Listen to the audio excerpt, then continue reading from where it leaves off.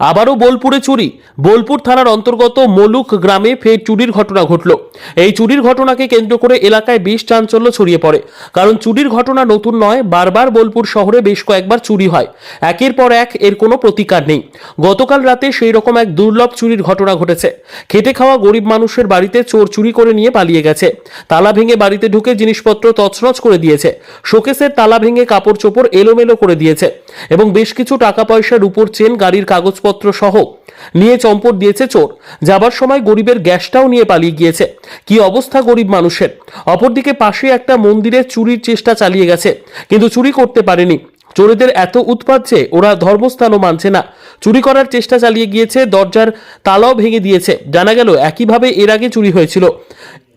এবার চেষ্টা করেছে চুরি করার জন্য, কিন্তু চুরি করতে পারেনি।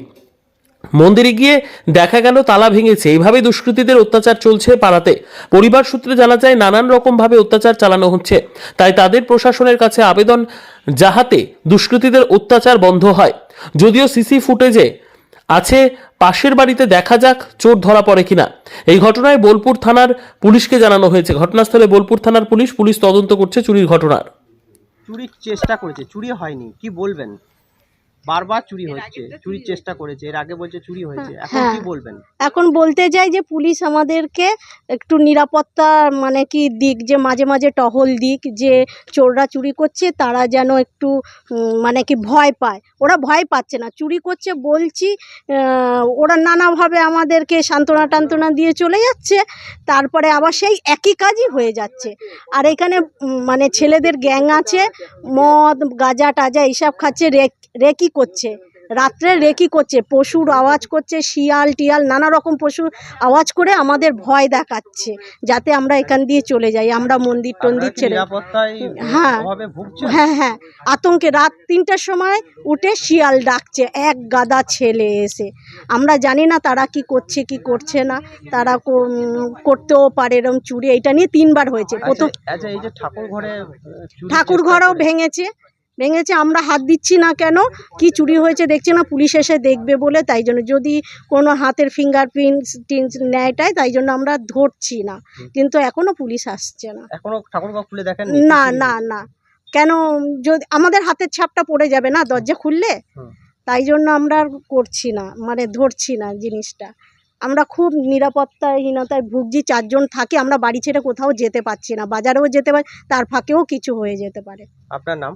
আমার নাম মনিকা সেন। জানতে পারলেন যে আপনার বাড়িতে চুরি হয়েছে?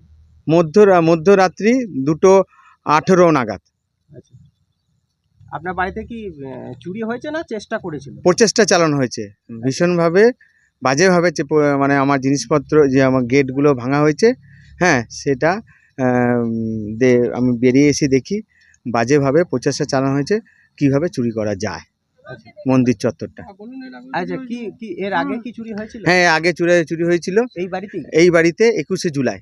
আচ্ছা, হ্যাঁ, 2023-এর 21শে জুলাই আবার চেষ্টা করছে, আবার সেম প্লেসে, সেম জায়গাতে আবার সেই চুরির করার চেষ্টা চালিয়ে যাচ্ছে।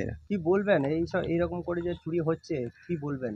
মানে এই চুরি করা মানে কি, মানে আমি যেন সুষ্ঠুভাবে এখানে যেন বসবাস না করতে পারি, হ্যাঁ, মন্দিরের মাধ্যমে, হ্যাঁ, সেইটা প্রচেষ্টা যেন আমি এইসব ছেড়ে দিয়ে বাধ্য হয়ে যেন এখান দিয়ে চলে যাই। আচ্ছা, পুলিশকে খবর দিয়েছেন? হ্যাঁ, পুলিশকে 3:30 নাগাদ আমি গিয়েছিলাম আপনার বোলপুর থানাতে। ওরা বললো আমরা সকালে যাব। এখনো পর্যন্ত পুলিশের কোনো দেখা নেই। কটা বাজে? এখন প্রায় 10টার উপর হয়েছে। এখনো পর্যন্ত আসেনি? না, এখনো পর্যন্ত 11টা বাজছে। পুলিশ প্রশাসন আসেনি, কি বলবেন? প্রশাসন কি বলছে, এটা তো গাফিলতি করা হচ্ছে না। একটা চুরি হয়েছে সেটা শুনে সঙ্গে সঙ্গে আসা উচিত, বা আমার সঙ্গে কাউকে পেট্রোল কার দেয় যে হ্যাঁ আপনি যান, আমরা যাচ্ছি।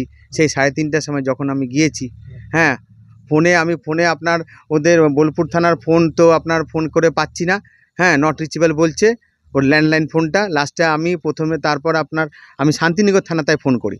শান্তিনিকেতন থানা বললো আমাকে যে আমি দেখছি আপনার কি করা যায়। ব্যাস, আমি আবার ফোন করলাম শান্তিনিকেতন থানায়, বলছে হ্যাঁ দেখছি, দেখুন যাবে। আবার দেখছি যে আসছে না। আবার ফোন করলাম শান্তিনিকেতন, উনি বললো যে আমাদের এটা আয়ত্তের মধ্যে পড়ছে না, আমাদের এরিয়ার মধ্যে পড়ছে না, আপনি বোলপুর থানাতে নিজে গিয়ে, হ্যাঁ, ওটা এই অসুবিধাটা বলুন ওদের, এই চুরি যেটা হয়েছে সেটার ব্যাপারটা বলুন। আপনার নামও করেছে?